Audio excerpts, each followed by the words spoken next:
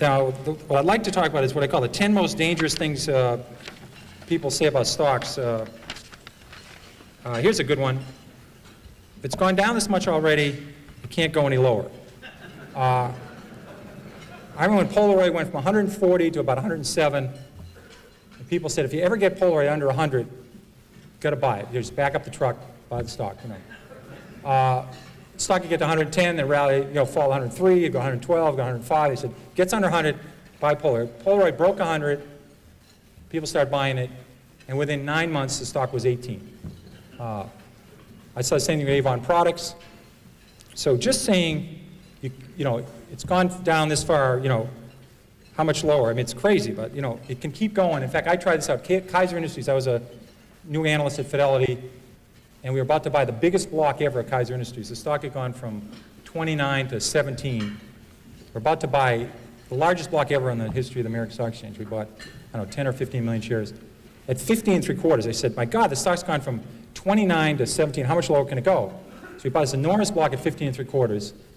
So I called my mother and I said, Mom, I guess stock at Kaiser Industries, it's 10.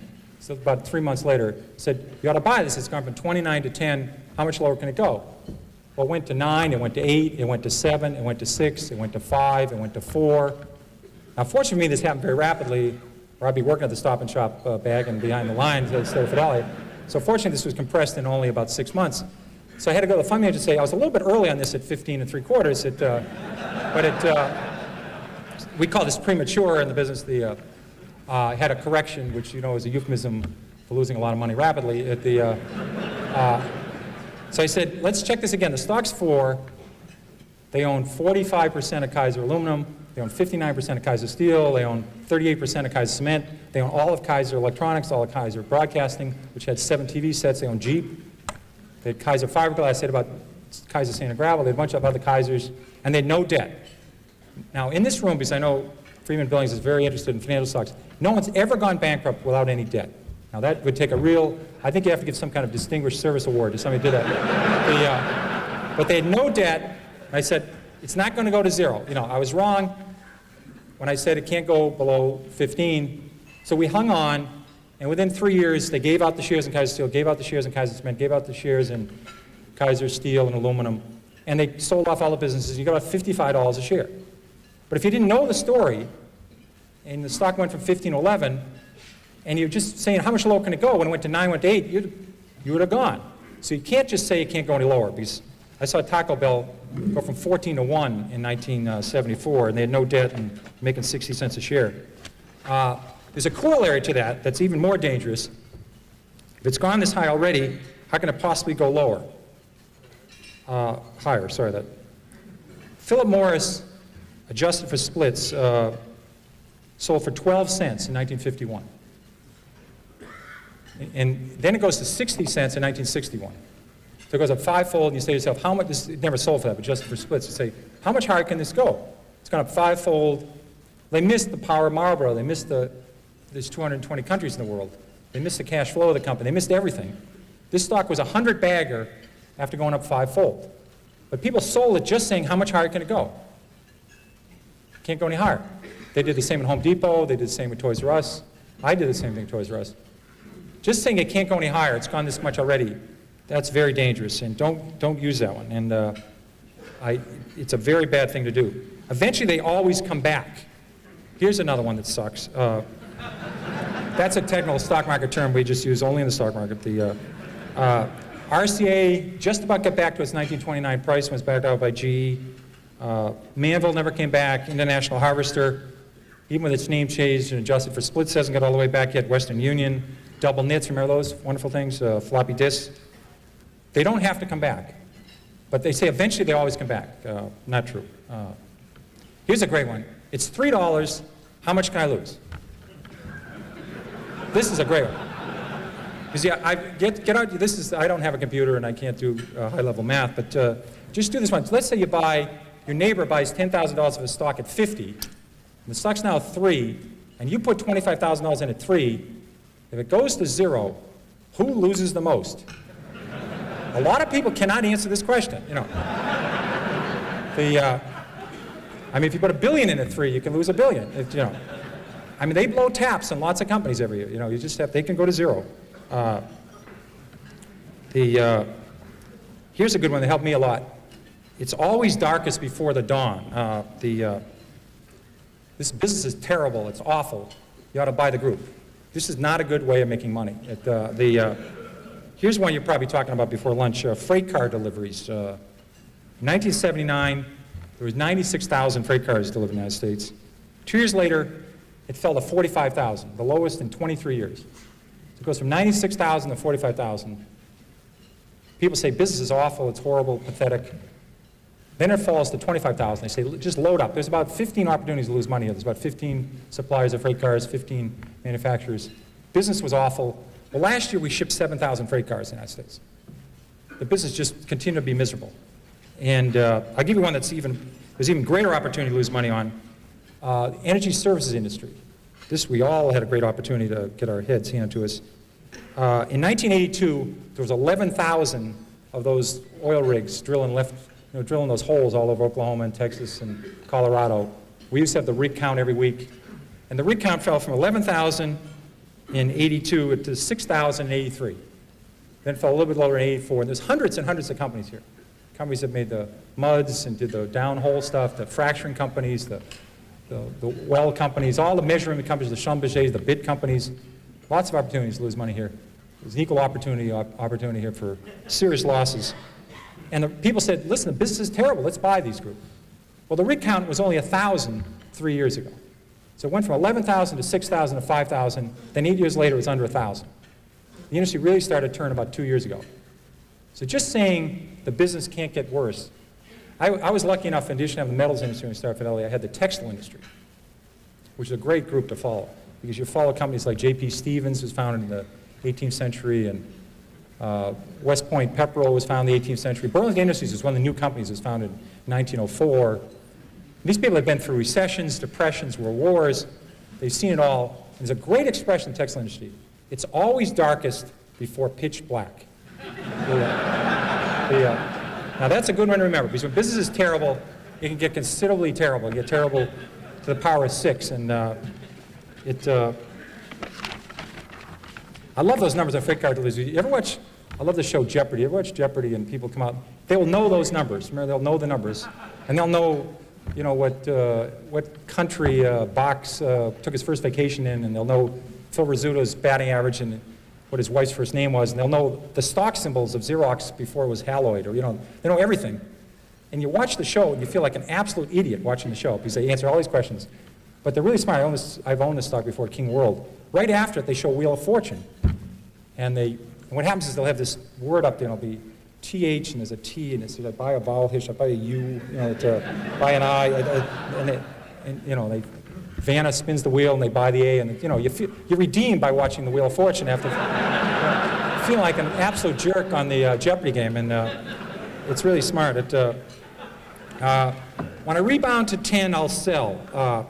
Here's a great rule. Somebody buys a stock at 10, and it falls to 6. They say, if it gets back to 10, I'll sell. Now, I think the math, 4 and 6, I can handle this level of math. I think that's about a 66% return. You ought to buy it. If you think it's going back to 10, you ought to buy the hell out of the damn thing. But they think if it gets back to 10, I'll sell. Now, what you ought to do is never put down a round number, because I think for the next 26 years, this stock will go between 5 and 9 1/4. It'll never get to 10. So maybe put 9 1/8 or 8 3/4. But just saying the stock, if it gets back what I paid for it, this is a very important rule. This is one of the key rules. The stock doesn't know you own it. Remember that. You could be a miserable person. You could have, you know, never helped anybody, never done anything right, had 67 spouses, never done anything right. If you owned Coca-Cola the last 50 years, it's gone up 300-fold.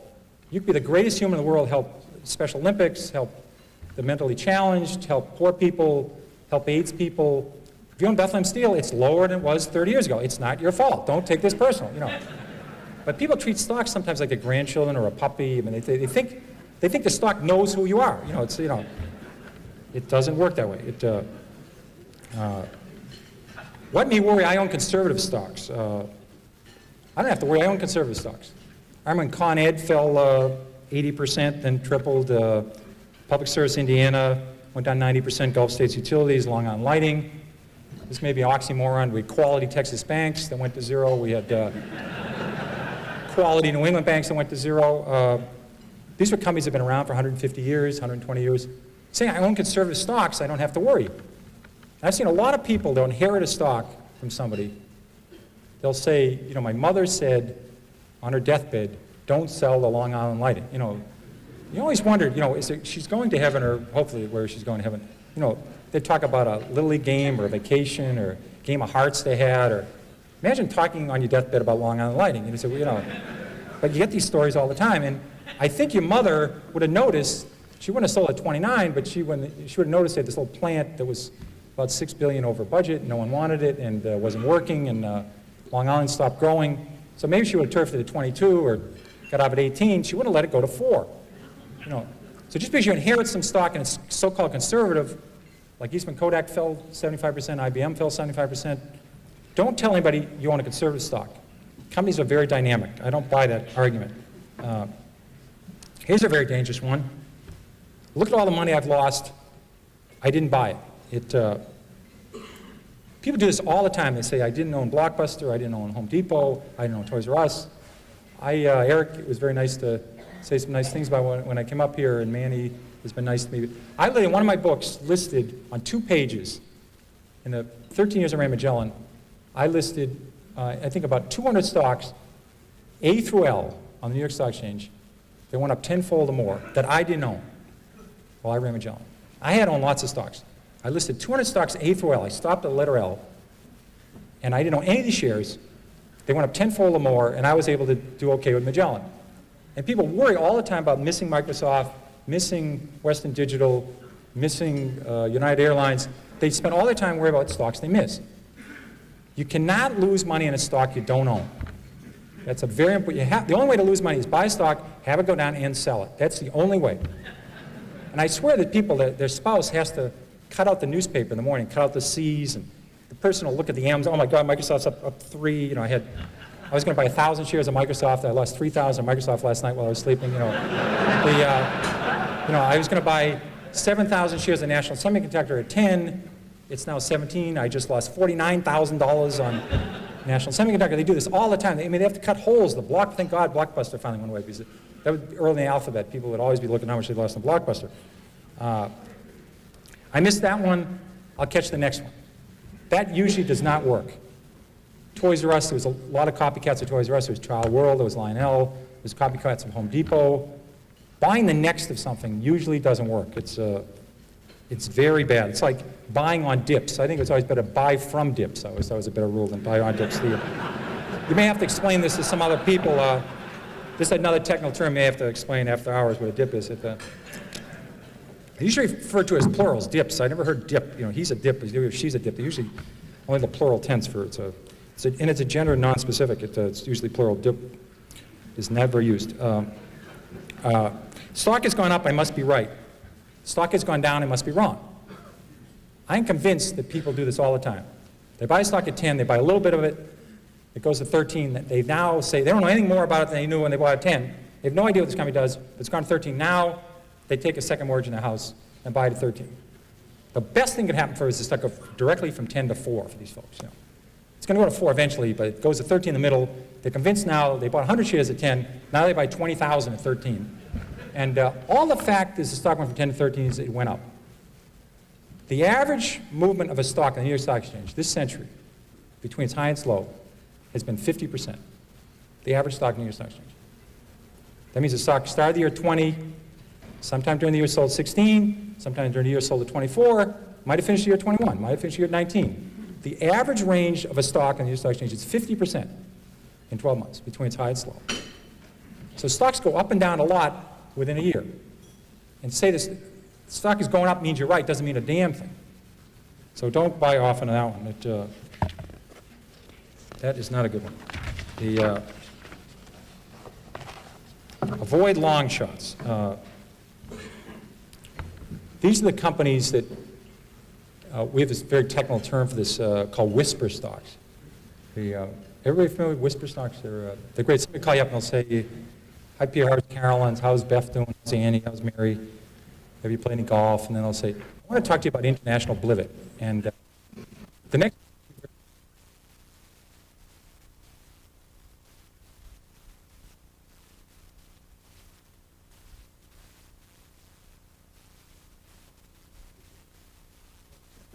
get one of those, they'll get a shorter term in those places where they have Nordic tracks and they put them away and they don't have to make big rocks into small rocks. They just watch movies and they have Nordic tracks, but they will not get these people if they whisper into the phone.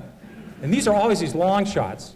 You know, these are the stocks that are going to grow hair and make your kid have better spelling and your breaths can improve and you won't have to iron your pants. I mean, it's one of those stocks and they always do everything for you. But they're missing, they don't have any sales yet. You know, that's the missing element to the story. The story is sensational. There's no profits here, no sales yet, but my God, if this works, it's going to be the next Xerox, you know, and it's going to help Murr in space and everything. It's a very, very good deal. Now, this is not a long shot. This is a no shot. You have to separate these out. I've tried 30 of these. I have never broken even on a long shot. Never. I've made 25, 30 times my money on some stocks. I never thought about Sallie Mae or MBIA or Fannie Mae or some of the banks or Stop and Shop. I'd make 20 times the money, 30 times the money. I had no idea. I thought the stocks were going north. I had no idea. You look back 10 years later, you say, my God, I made a lot of money in this thing. The ones I went into thinking I could make 4 times my money, I've never broken even. So don't do the long shot, guys. They don't work. They simply don't work. And again, if a stock's 3 and it has huge potential, write down the story, take the stock symbol. If it's going to 300, it's okay to buy it at 15. Check in later. Check a year later. See if it's still listed. See if it still get a quote on it. See if they still have any earnings yet. But if it's going, write the story down. Some of these work. I haven't heard yet, but maybe they will work. But it's worth tuning in 6 months later.